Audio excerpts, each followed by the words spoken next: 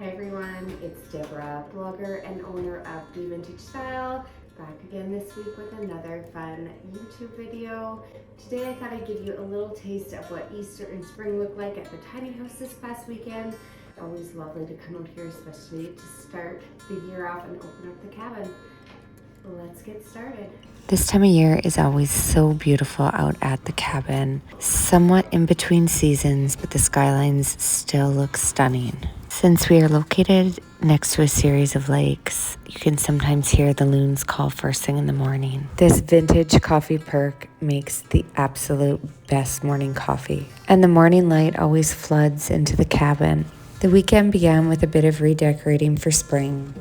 I also have a great system for making my oat milk lattes. I use an old-fashioned coffee perk, espresso perk, and then a milk frother by hand. It just is the most satisfying afternoon drink, especially when you sit back and watch for wildlife out the back windows and patio. This trip I brought some fresh bulbs, spring bulbs out with me, so I repotted some beautiful tulips.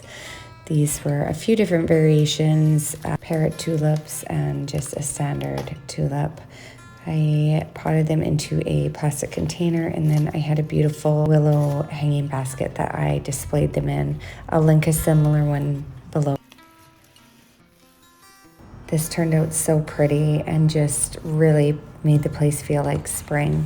Although I like to keep decor relatively simple at the cabin, I do love to change things up seasonally with fresh flowers or Christmas trees depending on the time of year. This Easter centerpiece turned out beautiful with a vintage enamel bowl, some fresh hyacinth, farm eggs that were different colors, and quail eggs. All in all, the weekend was wonderful, the weather was warm, and we had a great time with friends and family.